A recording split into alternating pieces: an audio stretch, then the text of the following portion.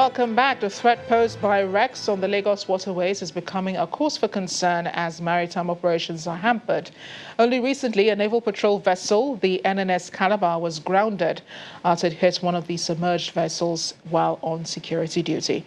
However, the Director General of the Nigerian Maritime Administration and Safety Agency, NIMASA, Dakuku Peterside, said the process of removing the wrecks is ongoing. Our tour of the Lagos waterways leaves even a first-timer with an impression of a very busy channel. The reason for this is not far-fetched, considering the numbers of coastal communities on the channel and the presence of numerous jetties and tank farms, and more significantly, but it's the main gateway to the Lagos port complex, as well as the Tinkan Island port. However, from Marina to Badagry, wrecks of vessels that no longer belong to the waterways litter the stretch, hindering safe water travel. Only recently, a Nigerian Navy ship Calabar encountered one of the wrecks while on an assignment, and the impact has left her grounded until repair works are effected. About 35 of such maritime wrecks have been identified, which are submerged along the very busy Lagos Channel, particularly the Lagos-Badagry Creek. Our well-charted water should reveal some of these dangers. However, not all the channels are charted. The hydrographer of the Navy seeks the assistance of all mariners to help detect these threats. Mariners that ply their legitimate business in various parts of the maritime space using our product, the moment they discover that there is an incident here that could impede safe navigation of other mariners, it is their responsibility to report to the hydrographer's office. As far as Tony Iju, a maritime consultant, is concerned, wreck removal is budgeted for, and as such, something should be done to get them out. But the federal government must have to look into it properly, those who do the budgets, those who are going to implement the budgets, and those who are going to give the contracts to make sure that there are thorough supervision and the whole wrecks are being removed. The Nigerian Maritime Administration and Safety Agency, NIMASA, has the statutory responsibility of ensuring safety on our waterways. The Director General of the agency, Dakuku Peterside, says the agency is currently going through the processes of wreck removal, which he also says takes time.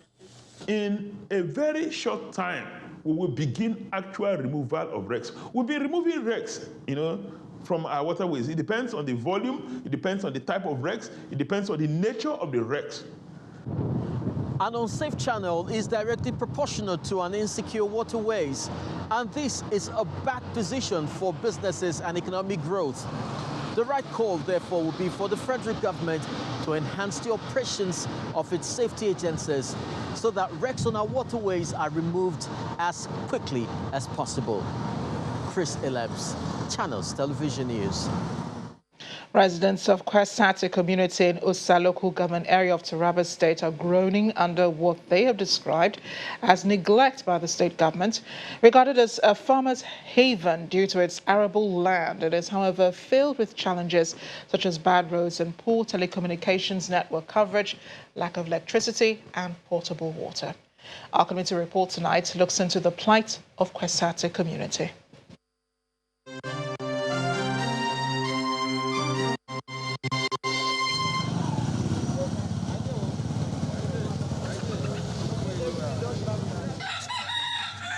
Every morning, Mrs. Agregar steps out in search of greener pastures for the sake of her family. Her chance of success is very high, considering her surrounding, which is filled with what she needs: oranges, plantain, and many other agricultural produce. However, the same cannot be said of her neighbors who groan in the midst of plenty. Far from it that they do not put any effort to make life easy for themselves, but the extra that is needed to make their endeavors worthwhile is absent.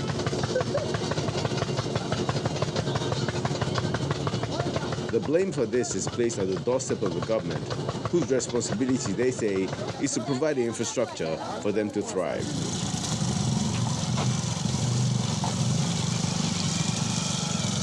bad roads, death-trap bridges frustrate residents of Kwesati community in Usa local government area of Taraba State, northeast Nigeria.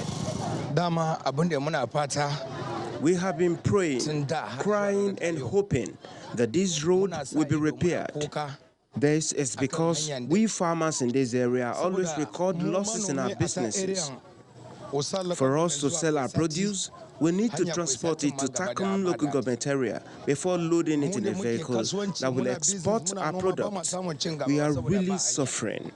We need our representatives to do the needful or risk being voted out next time. We need development and we need it very soon. I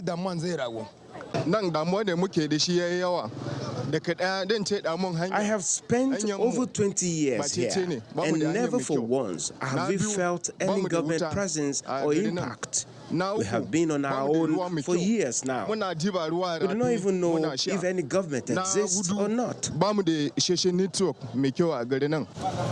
The community's traditional ruler has more than bad roads to complain about.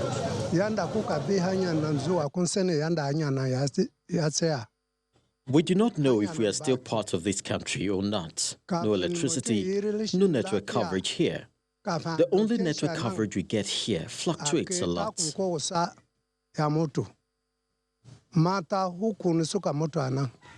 The only source of potable water is the borehole you're seeing there. When it develops any fault, we go to the streams, and this makes us sick. We really want the government at all levels to intervene. The representative of the community at the State House of Assembly are thus short of immediate action by the state government, but there is a clause attached. As soon as the federal government reforms the Taraba State government, the money all them due to the construction of federal roads in the state, I believe that the state governor will do something about the roads in my constituency.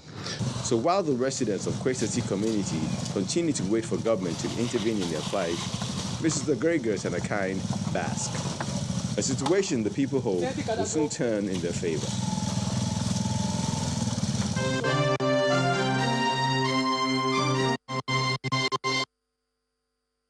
The Kaduna State government has commenced the rehabilitation and expansion of road networks and building of other infrastructure within the state capital and surrounding local councils as part of efforts to give the ancient city a facelift. The ongoing urban renewal project, which also includes construction of shopping malls and recreation centers, will, according to the state governor, Nasir El-Rufai, bring economic development to the state and improve the standard of living of residents. Kaduna, the capital of the defunct northern region, presently has 23 local government areas and 255 electoral wards. With approximately 3 million people presently living in the state capital, residents of the metropolis usually experience heavy traffic on a daily basis due to the narrow nature or bad conditions of the roads. It is against this backdrop that the present administration of Governor Nasir El-Rufai flagged off several road construction and expansion projects within the city center and the outskirts. One of such projects is the construction of Goningora Ring Road, located in the southern part of the state capital, which has been bad for over 20 years. We are doing surface dressing. And after this first coach, we put the second coach. As soon as possible, the job is going to finish very soon. Governor Nasir El-Rufai, accompanied by his deputy and top government functionaries, inspect the road projects, which he says will restore the original Kaduna master plan. This project is very important to us because it will open up several new districts in the eastern side of Kaduna. We're also working on opening up the western side, the Rigasa area, up to the Birnungwari, so that we will have more land available for residential, commercial, as well as industrial purposes. Some of the roads inspected by the team include the ongoing construction of the 5.73-kilometer road, which will connect the Umar Musa Yar'Adua Road in Millennium City to the Eastern Bypass. Although some of the road projects were awarded during his first tenure in office, Governor El-Rufai explains why they were delayed. We had a lot of money from the World Bank, which some disgruntled and unpatriotic senators blocked. They are out now. So we are now more confident that resources will be coming to Kaduna to do this kind of projects, and this is why we've started. We don't want to lose time. By the grace of God, in 18 months, we'll have a new Kaduna. Some residents of Goningora commend the state government for initiating the projects, which they believe will impact positively on their socio-economic well-being. As you can see, the road, we are very happy. The road is smooth. The road start to put quarter. We are very happy. Last 2 days, they stopped near my shop. They do not pass here. I'm just praying so that they will reach my own place. The Kaduna Urban Renewal Project, which was kicked off with a groundbreaking ceremony in the state's capital, has 14 components, which include roads, mass transit, housing, improved land use, street lights, parks and recreational centers, markets, neighborhood centers, and waste management.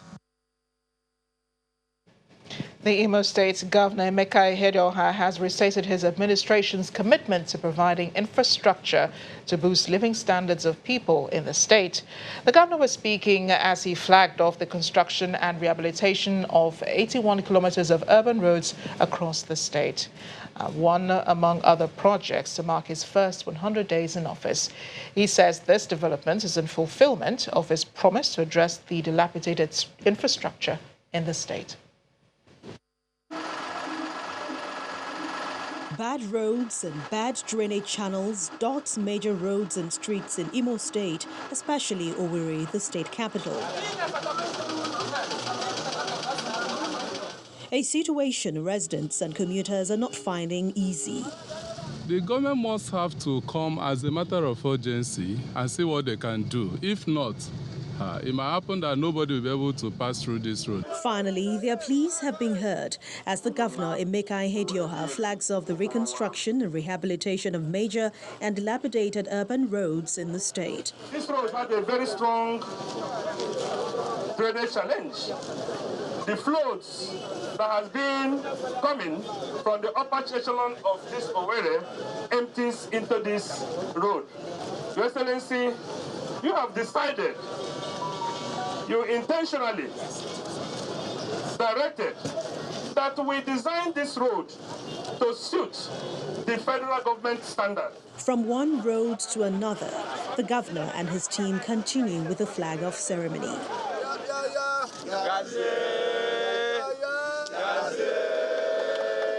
In order to ensure durability of these roads, the government is working together with qualified engineers at the Ministry of Works in supervising, designing of the roads and the procurement process.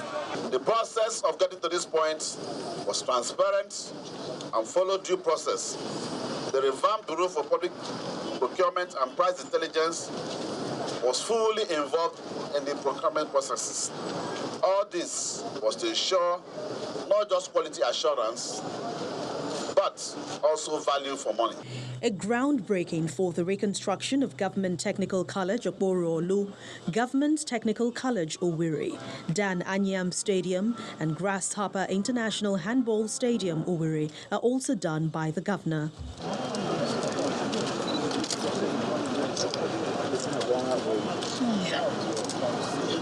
Some of the roads to be captured in this first phase of construction include Nazi Federal Polytechnic Nekede Futo Road, Ahiara Junction Okbala Road, Aba Branch Ahiara Road, Umuowal Olu Road, Control Post World Bank Umuguma Road, Okiwe Road, Imsu Bishop Court Road.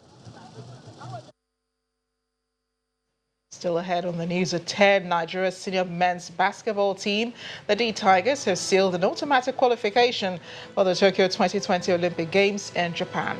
We'll have more in sports news. Please stay with us.